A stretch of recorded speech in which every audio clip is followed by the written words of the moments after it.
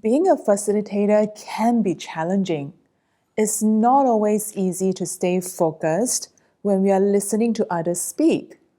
Our minds have a tendency to wander off, and we can get caught up in our own thoughts and emotions. But that's okay. That's all part of being human. By recognizing these obstacles and responding to them effectively, we can start to overcome them and become more compassionate and effective facilitators. Let's talk about some common barriers that facilitators may face. These barriers can often hinder the facilitator from being present with their participants. For example, facilitators may worry. Facilitators might have thoughts like, gosh, I don't know what to say next to the participants. What if they don't feel better after talking to me? What if I'm wasting their time? These worries can create a barrier between the facilitator and the participants, making it difficult to fully engage and connect. Another common barrier is our tendency to evaluate and judge others, even in a facilitation role.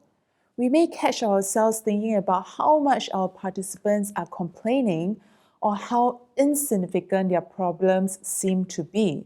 These judgmental thoughts can prevent us from being fully empathic and compassionate towards our participants. Lastly, hearing stories from our participants can often bring up personal triggers within us. It may remind us of past experiences, personal struggles, or even traumatic events. This can be challenging for the facilitator and can make it difficult to be present with the participants.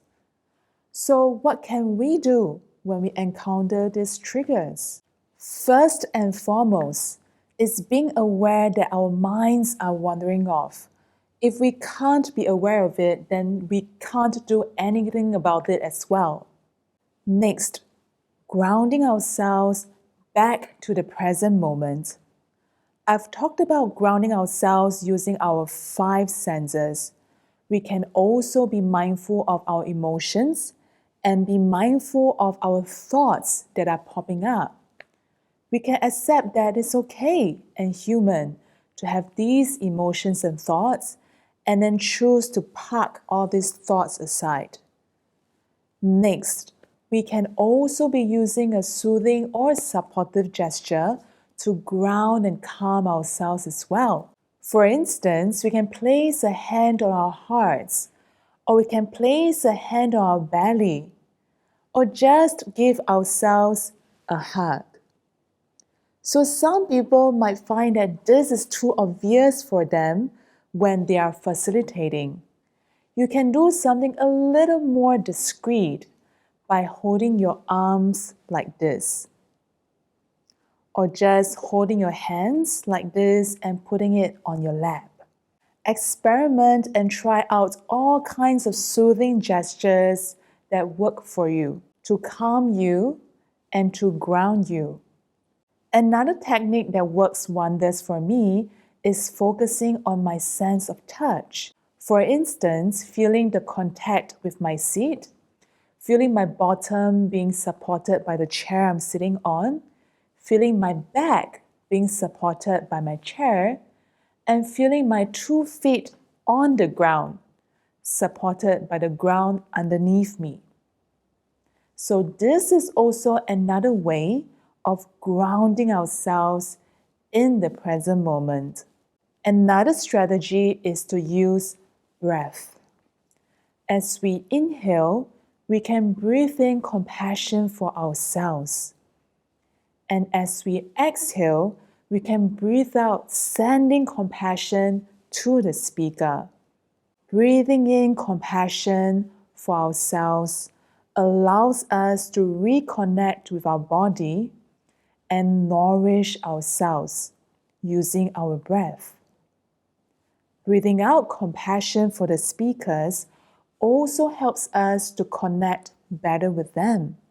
Additionally, this is a useful technique to prevent ourselves from trying to interrupt, to speak, or to give advice in a moment because it anchors our mind in the breath and manages the urge to speak in a moment.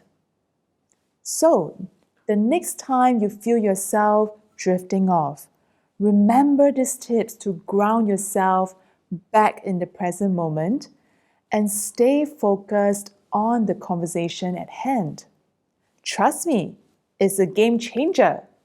Now, let's try a micro mindfulness practice called the stop practice that puts together some of the skills that we have learned.